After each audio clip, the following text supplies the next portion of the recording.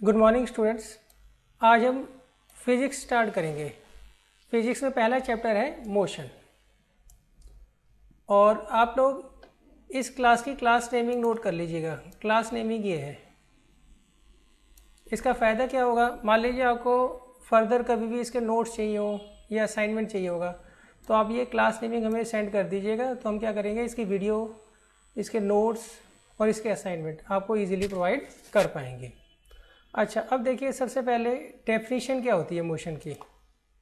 मान लीजिए कोई बॉडी अपनी पोजीशन कंटिन्यूसली चेंज कर रही है with respect to a stationary point, तो उस केस में हम क्या बोलेंगे कि वो बॉडी मोशन में है। एक बार दोबारा देख लीजिए बच्चों।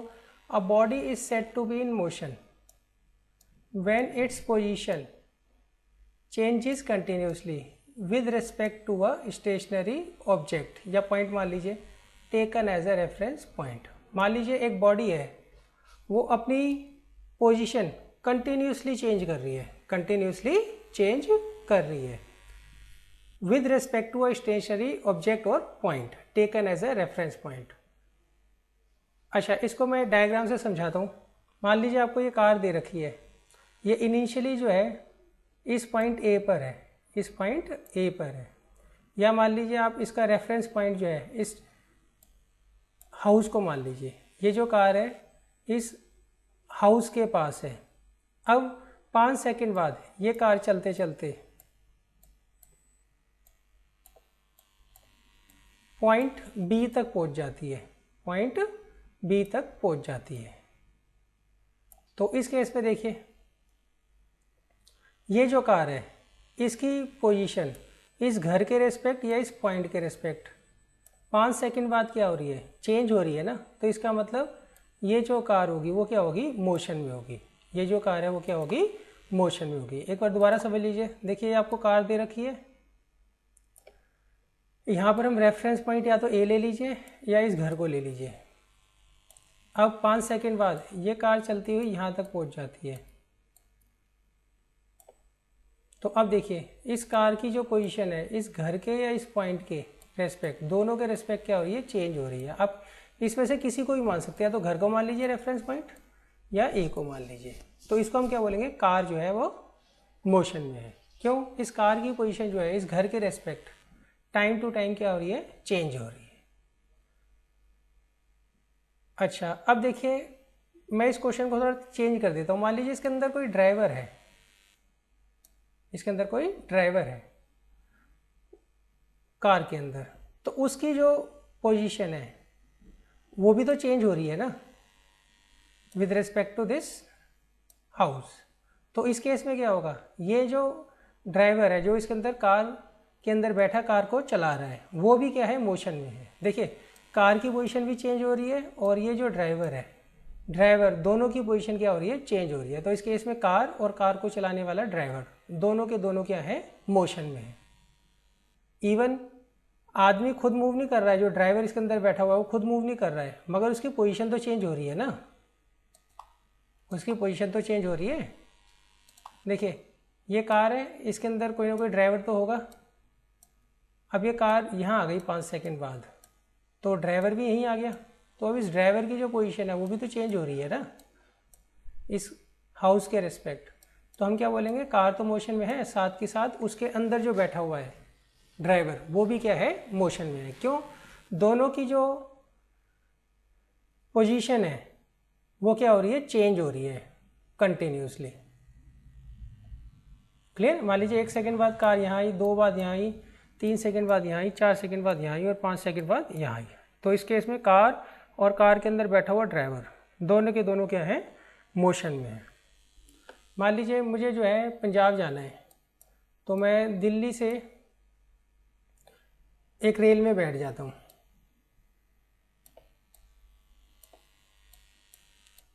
और वो ट्रेन चल पड़ती है और वो मुझे क्या करती है, 7-8 घंटे बाद मेरे डेस्टिनेशन पंजाब पर पहुँचा देती है। तो अब देखिए इसमें तो कोई कन्फ्यूज़न नहीं है कि जो रेल है वो तो मूव कर ही रही है, वो तो मोशन में है ही, मगर मैं जो यहाँ पर बैठा हुआ हूँ उसकी पोजीशन भी तो कंटिन्यूसली चेंज हो रही है।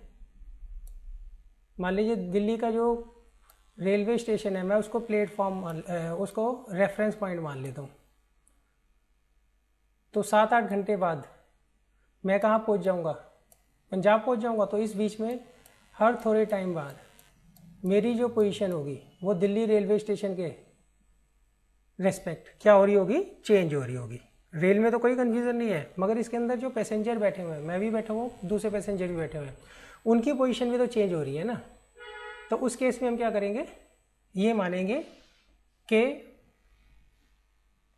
मैं और मेरे जो को पैसेंजर्स हैं वो भी क्या है, मोशन में है। मान लीजिए कोई व्हीकल चल रहा है, तो व्हीकल तो मोशन में है ही, उसको चलाने वाला या उसके अंदर जो भी लोग बैठे हुए हैं वो भी क्या है, मोशन में है। इसका मतलब ये होता है। अच्छा देखिए, अब ये आपके वैसे कोर्स पे तो नहीं है, फिर भी मैं समझा देता हूँ। देखिए आपको ये तो पता है, ये मान लीजिए हमारी अर्थ है, ये हमेशा क्या करती है, मूव करती रहती है। ये हमेशा क्या करती है, मूव करती रहती है, अपनी एक्सिस में भी करती है और सन के अराउंड भी करती है।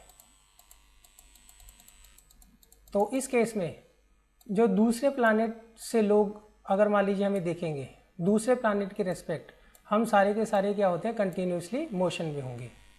मान लीजिए मैं एक जगह खड़ा हुआ हूँ, सही है, 4 घंटे तक मैं एक जगह खड़ा हुआ हूँ, तो इस अर्थ के रिस्पेक्ट, अर्थ के ऊपर जितने भी लोग हैं उनके रिस्पेक्ट मेरी जो है पोजीशन चेंज नहीं हो रही है। मगर बाहर के प्लैनेट से अगर कोई देखता है तो उस केस में मेरी पोजीशन क्या हो रही है, चेंज हो रही है ना। तो इसका मतलब बाहर का जो प्लैनेट होता है उसके मुकाबले अगर हम घर पे बैठे भी हुए हैं तब भी हम क्या हैं, मोशन में हैं। क्यों, उसके रिस्पेक्ट तो हमारी पोजीशन चेंज हो रही है ना। क्यों, अर्थ की पोजीशन चेंज हो रही है।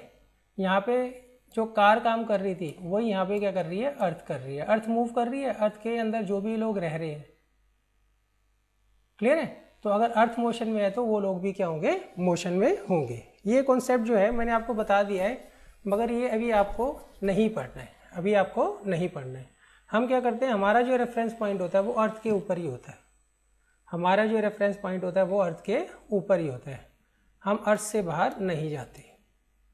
अगर अर्थ के बाहर अगर आप कोई रेफरेंस पॉइंट लोगे, उसके हिसाब से हम हमेशा कंटिन्यूसली किस में होते हैं, मोशन में होते हैं। मगर हमें उसको यहाँ पे डिस्कस नहीं करना है, वो आपके कोर्स पे नहीं है। तो मोशन तो आपको समझ आ गया।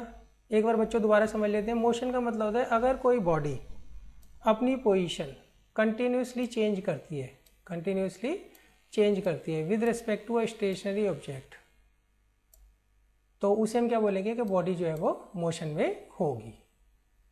क्लियर है। अब यहाँ पे जो कार है, कार तो चलो हमें दिख रही है मोशन में है, इसकी पोजीशन चेंज हो रही है कंटिन्यूसली, मगर इसके अंदर जो ड्राइवर बैठा हुआ है उसकी भी तो पोजीशन चेंज हो रही है ना, तो वो भी क्या होगा, मोशन में होगा। अब देखिए नेक्स्ट टॉपिक है distance and displacement. Distance and displacement में क्या डिफरेंस होता है। देखिए डिस्टेंस होता है जब भी आप एक पॉइंट से दूसरी जगह जाते हैं तो आप क्या करते हैं, छोटे छोटे पाथ जो है वो ट्रैवल करते हैं। मान लीजिए ये मेरा घर है, मैं यहाँ से सीधा निकला और फिर मैं क्या हुआ, राइट की साइड मुड़ गया और वहाँ से मैं कहाँ मुड़ गया, लेफ्ट में। और ये मेरा ट्यूशन सेंटर आ गया जहाँ से मैं आपको पढ़ा रहा हूँ, G3 क्लासेस। अब देखिए यहाँ पर घर से G3 क्लासेस जाने में मैंने एक तो ये पार्ट ट्रैवल किया, दूसरा पाथ ये ट्रैवल किया और तीसरा पाथ ये ट्रैवल किया। तो इन तीनों पाथ की लेंथ का जो सम होगा वो क्या कहलाएगा, डिस्टेंस ट्रैवल्ड कहलाएगा। क्या कहलाएगा, डिस्टेंस ट्रैवल्ड। देखिए मान लीजिए ये मेरा घर है, मैं यहाँ से बाहर निकला सीधा और फिर मैं राइट में मुड़ गया और फिर मैं वहाँ से लेफ़्ट में मुड़ गया और ये जो है मेरा कोचिंग सेंटर आ गया जहाँ से मैं आपको पढ़ा रहा हूँ। ये मान लीजिए 50 मीटर है,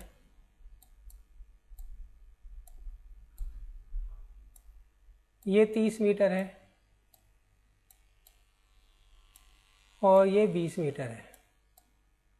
तो इस केस में ये जो पाथ है यहाँ से यहाँ तक का, ये 50 मीटर है इसकी लेंथ, और यहाँ से यहाँ तक का जो पाथ है इसकी लेंथ है 30 मीटर, और यहाँ से यहाँ तक का जो पाथ है उसकी लेंथ है 20 मीटर। तो इस केस में मैंने कितना डिस्टेंस ट्रैवल किया, 50, 30 एंड 20, कितना हो जाएगा, 100 मीटर। कितना डिस्टेंस ट्रेवल किया, 100 मीटर। तो डिस्टेंस ट्रेवल क्या होता है, जब भी हम कोई जर्नी करते हैं, सही, हम ट्रैवल करते हैं एक पॉइंट से दूसरे पॉइंट में, तो उस केस में क्या होता है, हम दो छोटे छोटे पाथ को क्या करते हैं, कवर करते हैं। उन पाथ की लेंथ का जो सम होता है उसे हम क्या बोलते हैं, डिस्टेंस बोलते हैं, उसे क्या बोलते हैं, डिस्टेंस।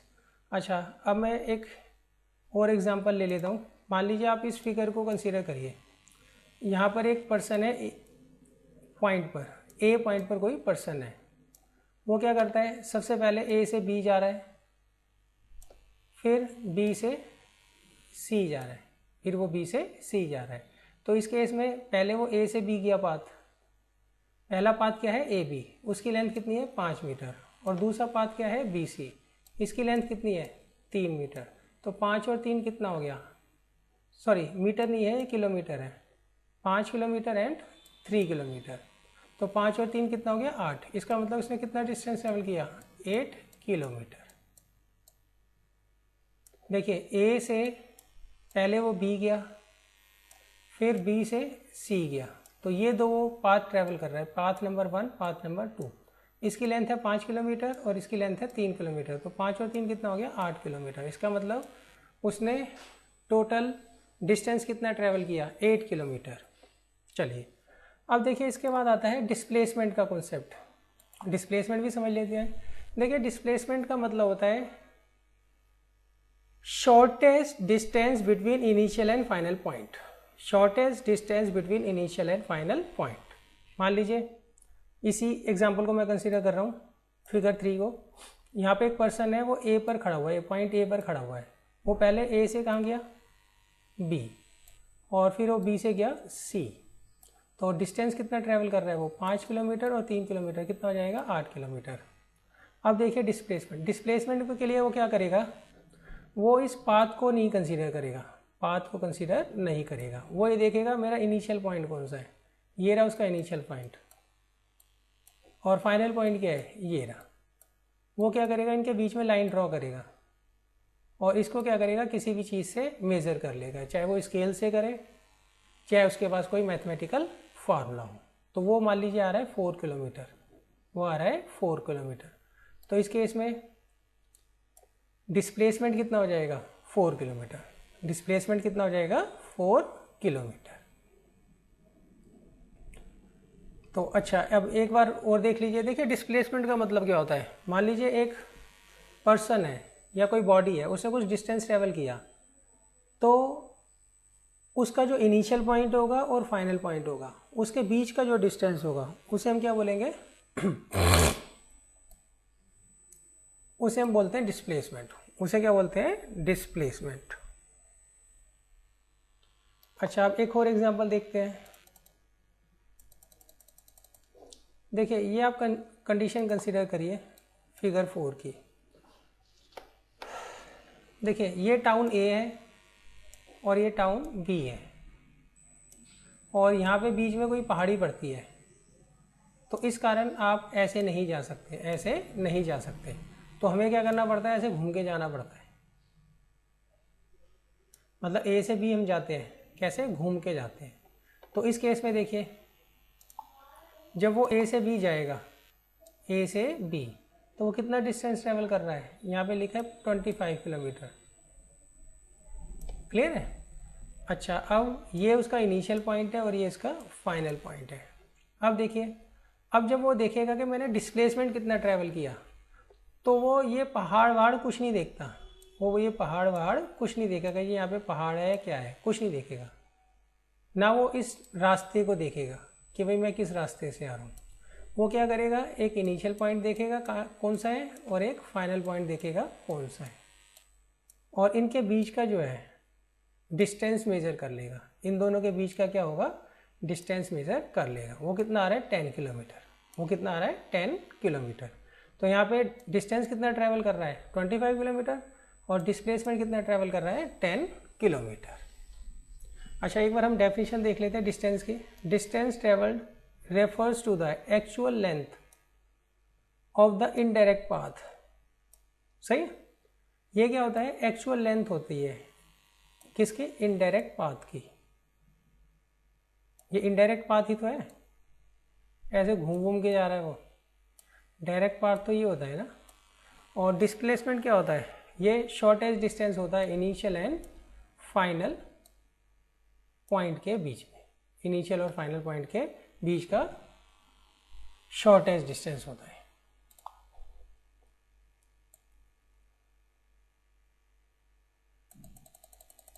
अच्छा, अब देखिए इसके बाद आता है, देखिए ये जो डिस्टेंस है या डिस्प्लेसमेंट है जिसको हम मेज़र करते हैं। हम अपना वेट बताते हैं ना, मेरा वेट 90 kg है, क्लियर है, मेरी हाइट 115 सेंटीमीटर है, 150 सेंटीमीटर है। तो जब भी आप किसी चीज़ को मेज़र करते हो, तो जिस चीज़ को आप मेज़र कर रहे होते हो, जैसे यहाँ पे मैं डिस्टेंस और डिस्प्लेसमेंट को क्या कर रहा हूँ, मेज़र कर रहा हूँ, तो इन्हें मैं बोलता हूँ फिजिकल क्वांटिटीज़। इन्हें क्या बोलता हूँ, फिजिकल क्वांटिटीज़। जिस भी चीज़ को हम मेज़र करते हैं, मान लीजिए मैं अपना वेट मेज़र कर रहा हूँ, अपनी हाइट मेज़र कर रहा हूँ, मैं डिस्टेंस ट्रेवल मेज़र कर रहा हूँ, मैं डिस्प्लेसमेंट मेज़र कर रहा हूँ, मैं ये देख रहा हूँ मैं एक बॉडी के ऊपर कितनी फोर्स लगा रहा हूँ। तो ये सब क्या है, ये सारी की सारी कहलाएंगी फिजिकल क्वांटिटीज़। जिसको भी हम मेज़र करते हैं उसे हम क्या बोलते हैं, फिजिकल क्वांटिटीज़।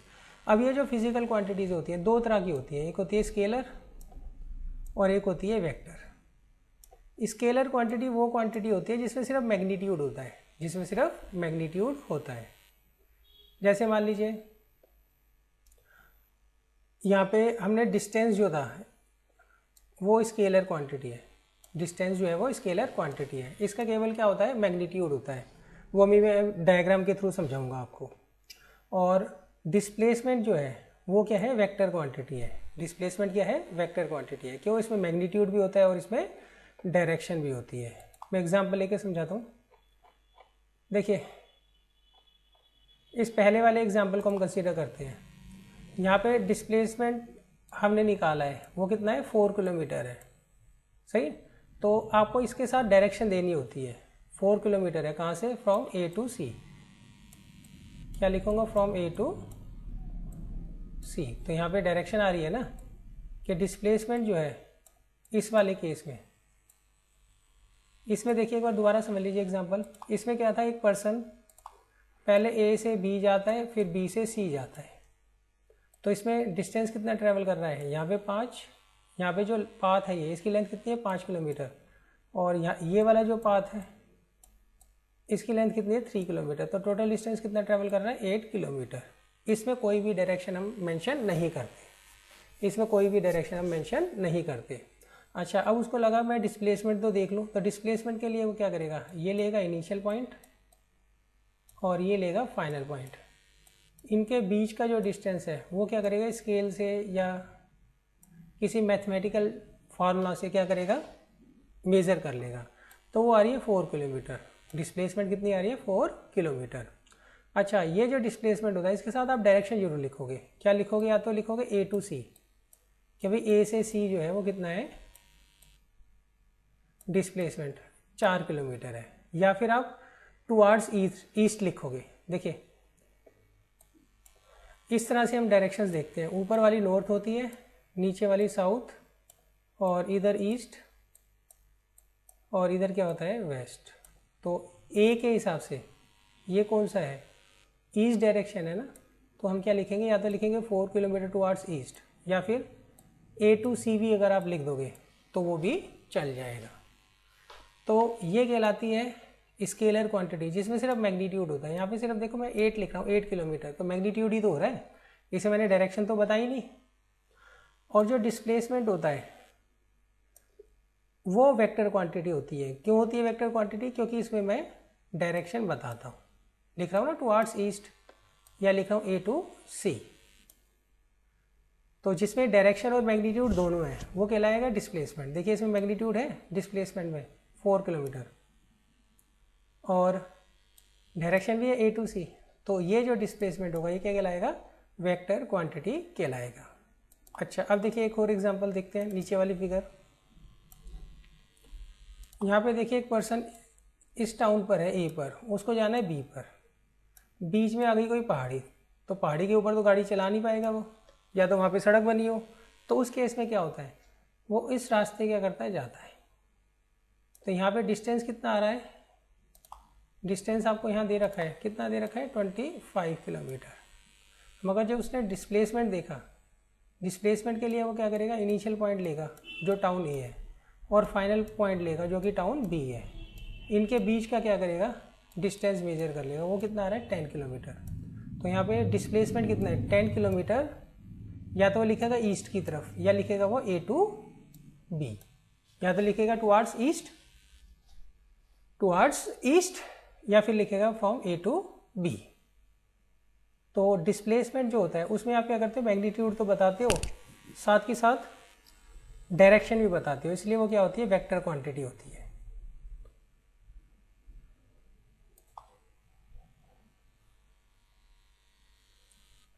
देखिए इसके बाद आता है,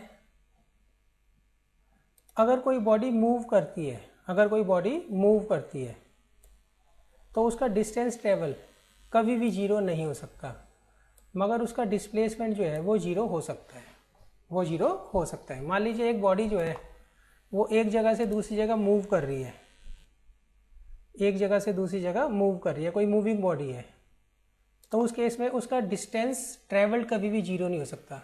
मान लीजिए मेरा घर है, ए पॉइंट पर मैंने अपना घर मान लिया, यहाँ से मैं पहले सीधा आया, फिर राइट की तरफ मुड़ गया और फिर लेफ़्ट की तरफ मुड़ गया और मैं यहाँ आ गया बी पर।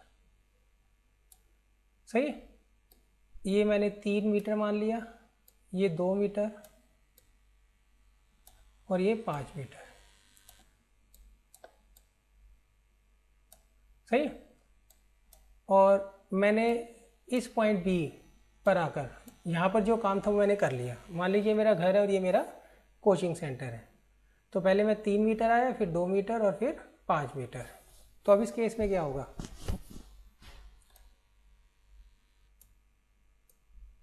डिस्टेंस ट्रेवल कितना आ रहा है, 3 2 5 और 5 और 5 10। अच्छा डिस्प्लेसमेंट क्या आएगा, यहाँ से यहाँ तक का शॉर्टेस्ट डिस्टेंस, ए से बी का जो होगा शॉर्टेस्ट डिस्टेंस। एक बार दोबारा देख लीजिए, मैं ए से पहले निकला, अपने घर से निकला सीधा, वहाँ से राइट और वहाँ से लेफ़्ट, अपना मैंने काम किया और वापस इसी रास्ते में आ गया। पहले मैं गया ए से सी, फिर गया सी से डी और फिर गया डी से ई, डी से बी ले लो। सही है, अपना काम करके वापस जो है मैं इस रास्ते वापस आके अपने घर पर। तो इस केस में देखिए मैं ए से चला और वापस ए पर आ गया, तो यहाँ पे इनिशियल पॉइंट क्या है ए और फाइनल पॉइंट क्या है ए, तो इनके बीच का जो डिस्टेंस होगा वो क्या होगा 0, वो कितना होगा 0 मीटर। तो इस केस में क्या हो जाएगा बच्चों, जो डिस्प्लेसमेंट होगा वो होगा 0 मीटर, डिस्प्लेसमेंट क्या होगा 0 मीटर। दोबारा समझ लीजिए, देखिए मैं अपने घर से निकला, मैं हाउस लिख देता हूँ, चलो मैं ऐसे चलते चलते इस पाथ से चलते चलते अपने कोचिंग सेंटर चला गया। मैंने यहाँ पे जाते हुए तो ये था पाथ और यहाँ मैंने पढ़ाया, पढ़ाने के बाद मैं वापस उसी रास्ते उल्टा वापस आ गया। तो मैं चला कहाँ से था, घर से, और वापस कहाँ आ गया, घर पर। तो इस केस में मेरा जो डिस्प्लेसमेंट होगा वो क्या होगा 0 होगा। क्यों, मेरा इनिशियल पॉइंट भी घर था, फाइनल पॉइंट भी घर है, तो इनिशियल और फाइनल के बीच का डिस्टेंस कितना आ रहा है 0। तो यहाँ पे जो डिस्प्लेसमेंट होगा वो क्या होगा 0 मीटर होगा। अच्छा अब देखिए मैं पहले ए से यहाँ गया, फिर यहाँ और फिर यहाँ और फिर वापस ऐसे ही आ गया। तो इस केस में डिस्टेंस कितना होगा, पहले 3 गया, फिर 2, फिर 5, 10 हो गया, फिर वापस आया 5, 2 और 3, तो 10 और 10 कितना हो गया 20। तो इसमें डिस्टेंस ट्रेवल कितना हो गया 20, जब मैं घर से निकला और वापस घर आ गया 20 मीटर, मगर डिस्टेंस हो गया सॉरी है। और डिस्प्लेसमेंट कितना हो जाएगा बच्चों, डिस्प्लेसमेंट हो जाएगा 0 मीटर, डिस्प्लेसमेंट हो जाएगा 0 मीटर।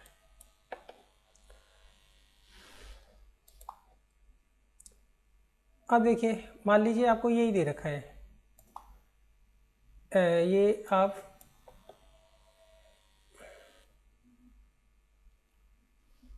5B को कंसीडर करिए। मान लीजिए एक पर्सन है, वो पॉइंट ए पर खड़ा है और वो एक सर्कुलर पाथ में क्या करता है, ट्रैवल करता है और वो वापस यहीं आ जाता है। तो इस केस में डिस्प्लेसमेंट क्या होगा, यहाँ पे इनिशियल पॉइंट क्या है, इनिशियल पॉइंट है ए और फाइनल पॉइंट क्या है ए। तो इनिशियल और फाइनल के बीच का डिस्टेंस कितना है, 0 है ना। तो 0 है तो इसका मतलब क्या होगा, यहाँ पे जो डिस्प्लेसमेंट होगा एक कंप्लीट चक्कर में, एक कंप्लीट रेवोल्यूशन में, वो कितना हो जाएगा, 0 हो जाएगा। एक कंप्लीट राउंड में, सॉरी, कितना होगा, 0 मीटर हो जाएगा। क्लियर है। अच्छा, डिस्टेंस कितना होगा, देखिए वो ये इस पाथ पे चला है और इसने पूरा एक राउंड लगा लिया। तो इस केस में जितनी इस सर्कल की सरकमफ्रेंस होगी, सरकमफ्रेंस क्या होती है 2πr, उतना क्या होगा इसका डिस्टेंस होगा, उतना क्या होगा इसका डिस्टेंस होगा। तो यहाँ पे डिस्टेंस हो गया 2πr, that means circumference of the circle, और डिस्प्लेसमेंट कितना हो गया 0। कभी भी अगर आप राउंड ट्रिप लगाते हो, सही है, मतलब जहाँ से चले वहीं वापस आ गए, तो उस केस में डिस्प्लेसमेंट हमेशा क्या होता है, 0 होता है। इस केस में देखिए बॉडी मूव तो कर रही है, बॉडी मूव तो कर रही है, मगर उसका डिस्प्लेसमेंट क्या होता है, 0 होता है। तो इस केस में अगर कोई बॉडी मूव कर रही है तो उसका डिस्टेंस ट्रेवल कभी भी 0 नहीं हो सकता, मगर डिस्प्लेसमेंट जो है वो उसका 0 हो सकता है। डिस्प्लेसमेंट जो है वो उसका 0 हो सकता है। अच्छा, अब देखिए नेक्स्ट टॉपिक है हमारा uniform motion and non uniform motion. देखिए ऐसा होता है, अगर कोई बॉडी इक्वल डिस्टेंस ट्रेवल करे इक्वल इंटरवल ऑफ टाइम में, तो उस मोशन को हम क्या बोलते हैं, यूनिफॉर्म मोशन बोलते हैं। उस मोशन को हम क्या बोलते हैं, यूनिफॉर्म मोशन।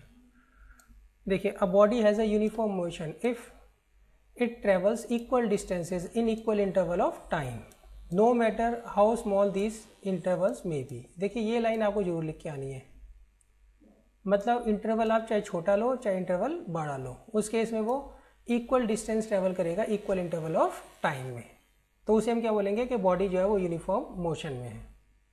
मान लीजिए मैं घर से निकला और हर सेकंड, सही, हर सेकंड मैं क्या कर रहा हूँ, केवल 10 मीटर का डिस्टेंस ट्रैवल कर रहा हूँ हर सेकंड। मैं मान लीजिए बाइक लेके चला तो पहले सेकंड मैंने कितना डिस्टेंस ट्रैवल किया, 10 मीटर, और दूसरे सेकंड में भी 10 मीटर, और तीसरे सेकंड में 1s का मतलब फर्स्ट सेकंड हो गया, 2s मतलब सेकंड सेकंड हो गया, 3s मतलब थर्ड सेकंड हो गया, 10 मीटर ट्रैवल किया।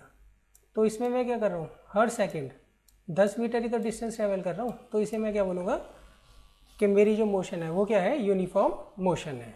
अच्छा, इसका जो ग्राफ ड्रॉ करोगे, देखिए ग्राफ अभी आपको ज़्यादा समझ आएगा नहीं, क्यों, जब आप मैथ्स का चैप्टर 4 कर लोगे फिर आपको समझ आ जाएगा।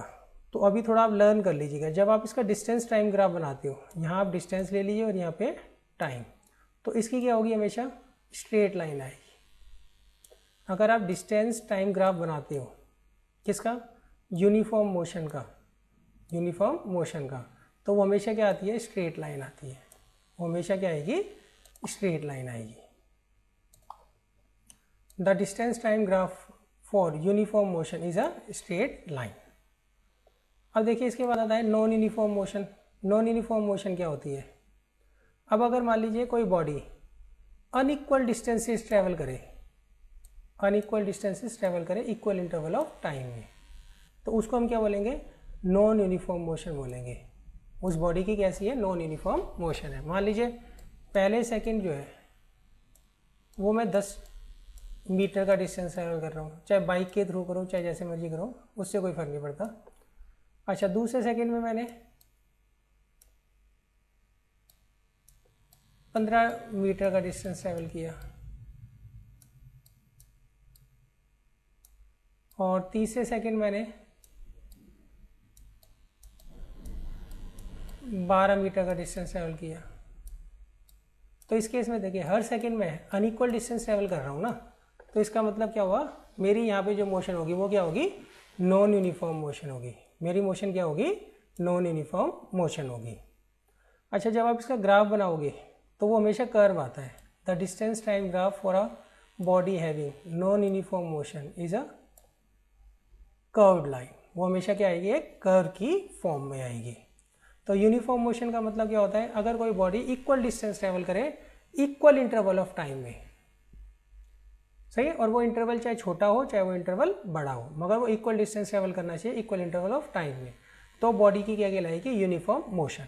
अगर वो अनइक्वल डिस्टेंस ट्रेवल करती है इक्वल इंटरवल ऑफ टाइम में, तो उस केस में उसकी बॉडी की मोशन क्या होगी, नॉन यूनिफॉर्म मोशन होगी। अगर यूनिफॉर्म मोशन है तो उस केस में डिस्टेंस टाइम ग्राफ जो होगा, डिस्टेंस टाइम ग्राफ वो क्या बनेगा, स्ट्रेट लाइन बनेगा। और अगर नॉन यूनिफॉर्म मोशन है तो उसमें डिस्टेंस टाइम ग्राफ कैसे बनेगा, वो क्या बनेगा, एज अ कर्व बनेगा, वो बनेगा एज अ कर्व।